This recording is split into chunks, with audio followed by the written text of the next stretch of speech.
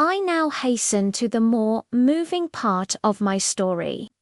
I shall relate events that impressed me with feelings which, from what I had been, have made me what I am. Spring advanced rapidly. The weather became fine and the skies cloudless. It surprised me that what before was desert and gloomy should now bloom with the most beautiful flowers and verdure. My senses were gratified and refreshed by 1,000 scents of delight and 1,000 sights of beauty. It was on one of these days when my cottagers periodically rested from labor, the old man played on his guitar, and the children listened to him, that I observed the countenance of Felix was melancholy beyond expression. He sighed frequently, and once his father paused in his music, and I conjectured by his manner that he inquired the cause of his son's sorrow. Felix replied in a cheerful accent, and the old man was recommencing his music when someone tapped at the door. It was a lady on horseback, accompanied by a countryman as a guide. The lady was dressed in a dark suit and covered with a thick black veil. Agatha asked a question, to which the stranger only replied by pronouncing, in a sweet accent, the name of Felix. Her voice was musical, but unlike that of either of my friends. On hearing this word, Felix came up hastily to the lady, who, when she saw him, threw up her veil, and I beheld a countenance of angelic beauty and expression, her hair of a shining raven black, and curiously braided. Her eyes were dark, but gentle, although animated. Her features of a regular proportion, and her complexion wondrously fair, each cheek tinged with a lovely pink. Felix seemed ravished with delight when he saw her. Every trait of sorrow vanished from his face, and it instantly expressed a degree of ecstatic joy of which I could hardly have believed it capable. His eyes sparkled as his cheek flushed with pleasure, and at that moment I thought him as beautiful as the stranger. She appeared affected by different feelings. Wiping a few tears from her lovely eyes, she held out her hand to Felix, who kissed it rapturously and called her, as well as I could distinguish, his sweet Arabian. She did not appear to understand him, but smiled. He assisted her to dismount, and, dismissing her guide, conducted her into the cottage. Some conversation took place between him and his father, and the young stranger knelt at the old man's feet and would have kissed his hand, but he raised her and embraced her affectionately. I soon perceived that, although the stranger uttered articulate sounds and appeared to have a language of her own, she was neither understood by nor herself understood the cottagers. They made many signs which I did not comprehend, but I saw that her presence diffused gladness through the cottage, dispelling their sorrow as the sun dissipates the morning mists.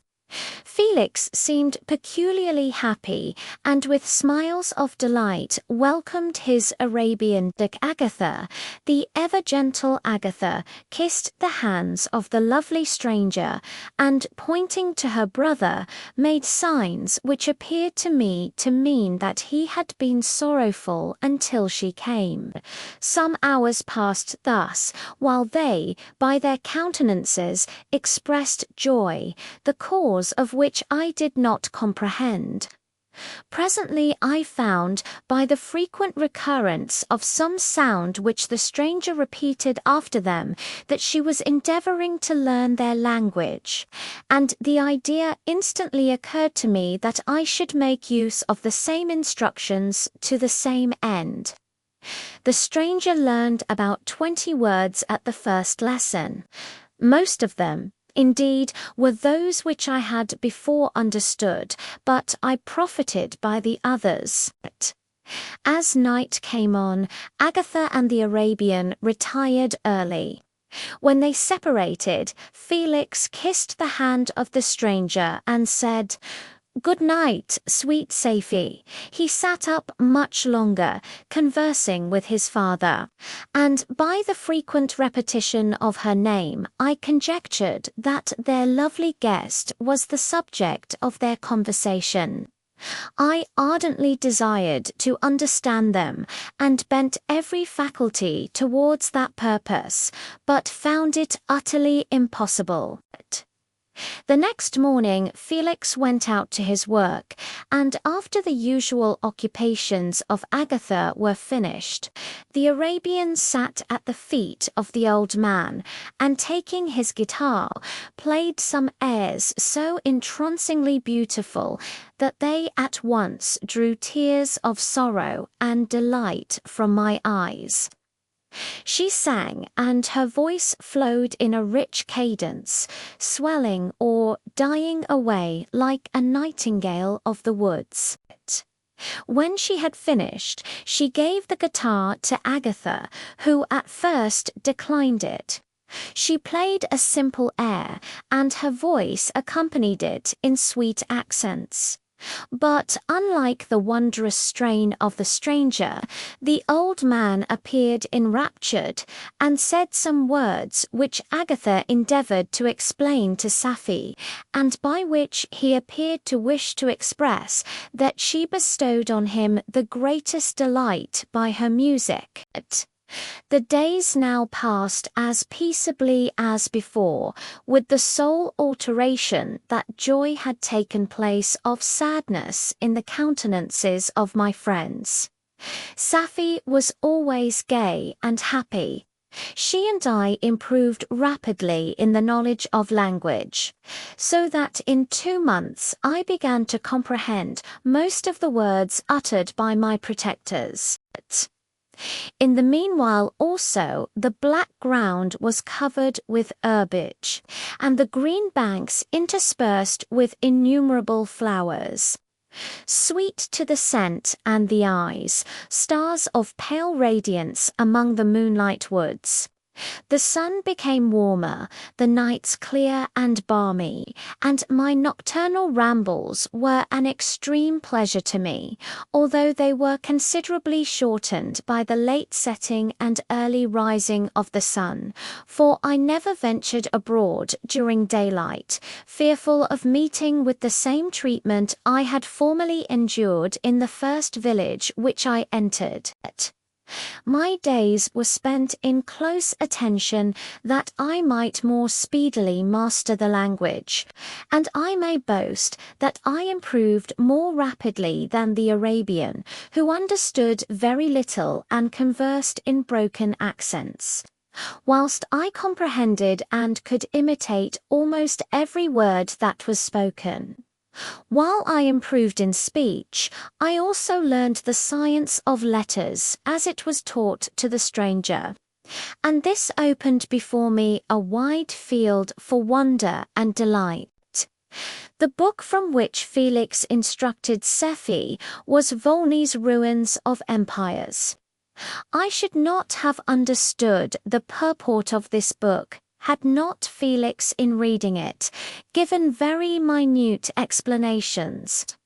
He had chosen this work, he said, because the declamatory style was framed in imitation of the Eastern authors. Through this work I obtained a cursory knowledge of history and a view of the several empires at present existing in the world. It gave me an insight into the manners, governments, and religions of the different nations of the earth. I heard of the slothful Asiatics, of the stupendous genius and mental activity of the Grecians, of the wars and wonderful virtue of the early Romans, of their subsequent degenerating, of the decline of that mighty empire, of chivalry, Christianity, and kings. I heard of the discovery of the American hemisphere and wept with Safie over the hapless fate of its original inhabitants. These wonderful narrations inspired me with strange feelings. Was man indeed at once so powerful, so virtuous and magnificent, yet so vicious and base?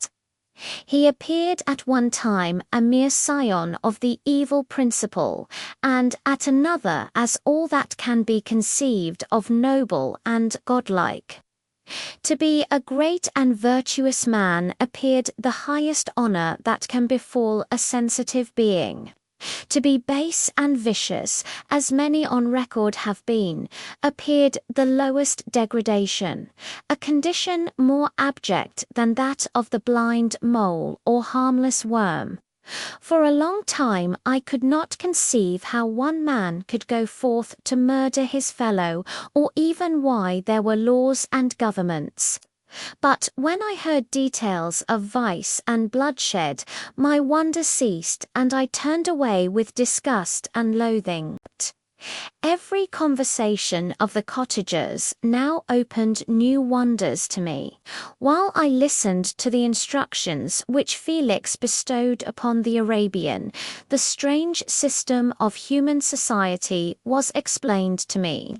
I heard of the division of property, of immense wealth and squalid poverty, of rank, descent, and noble blood. The words induced me to turn towards myself. I learned that the possessions most esteemed by your fellow creatures were high and unsullied descent united with riches.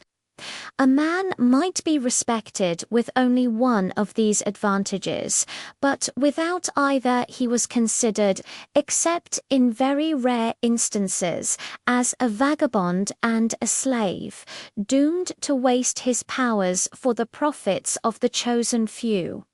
And what was I of my creation and creator? I was absolutely ignorant, but I knew that I possessed no money, no friends, no kind of property.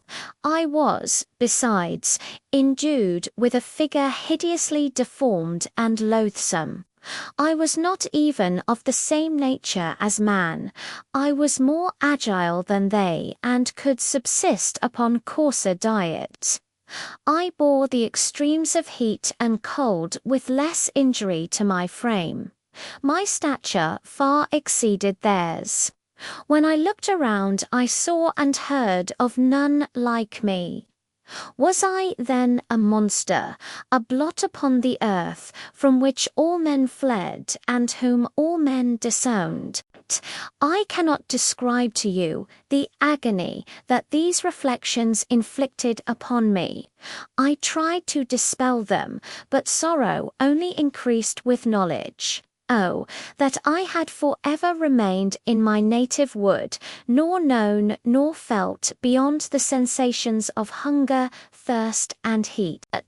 Of what a strange nature is knowledge! It clings to the mind when it has once seized on it like a lichen on the rock. I wished sometimes to shake off all thought and feeling.